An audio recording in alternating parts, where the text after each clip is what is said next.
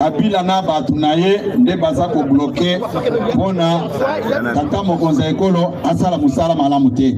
Dans cette vidéo, nous allons parler de 3 types de discours observés dans la communication politique d'Augustin Kabouya lors de sa sortie médiatique, dont il a cité les noms de l'ancien chef de l'État comme instigateur de la guerre à l'Est. Pour réussir son discours, Kabouya s'est servi de la communication persuasive d'Aristote. Cette communication consiste à influencer les opinions et les actions des autres, donc d'amener la masse à croire à ce qu'on lui dit. Pour convaincre la masse qui était venue l'écouter, le secrétaire général du parti présidentiel a recouru à 3 types de discours. Mais avant de continuer, rassurez-vous de vous abonner, partager et liker la vidéo pour nous donner beaucoup plus de force. C'est parti. Le premier discours prononcé par le secrétaire général de l'UDPS, c'est le discours d'auto-justification. Ce discours consiste à défendre les actions du gouvernement tout en mettant en avant les arguments pour justifier certains choix et contraintes. Cela implique également à fournir des explications convaincantes sur les circonstances et les contraintes qui fragilisent l'action du gouvernement. Félix Tshisekedi est victime d'une injustice de la mauvaise foi.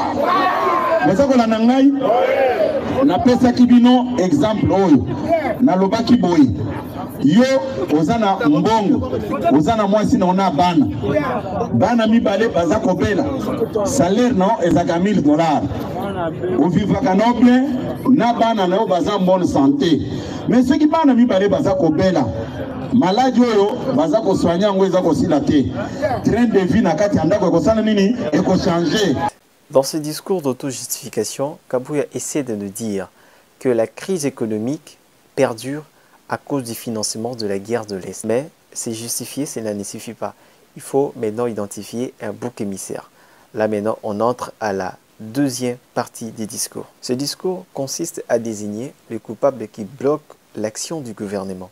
Et sur ce coup, Kabouya n'a pas épargné l'ancien chef de l'État. D'abord, pour votre information, Kabila ndenge na minito ndenge naza koyebisa bino akima mboka abima na ye azaka lisusu awa te bo vérifier na deuxième bo atika ta trace moko te abima na kobakama puisque guerre eza kosalema kuna c'est lui qui est derrière. Il faut aussi savoir, certains politiciens utilisent ces discours pour détourner l'attention de leurs failles et échecs en blâmant d'autres causes.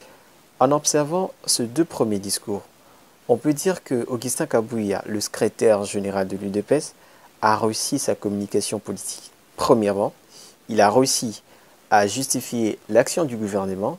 Et puis, deuxièmement, il a réussi à identifier les boucs émissaires, soit les coupables.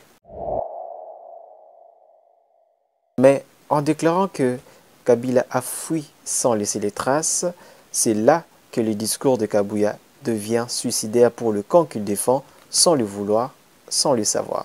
Akima mboka abima na ye azaka lisusu awa te bo vérifier na deuxième bo atika ta trace moko te abima na kobakama. En analysant ce 3e type de discours, on comprend que la deuxième, la direction générale d'immigration, a failli, lui qui est censé contrôler les entrées et sorties dans le pays. Et c'est par ici que le discours d'Augustin Kabouya devient suicidaire pour le camp qu'il défend. Parce que, posons-nous la question, la deuxième dépend de quel ministère? Et ces ministères est chapeauté par qui? Qui est censé d'assurer, ou soit d'asseoir un bon système de sécurité? Qui est, je crois que je dois m'arrêter là.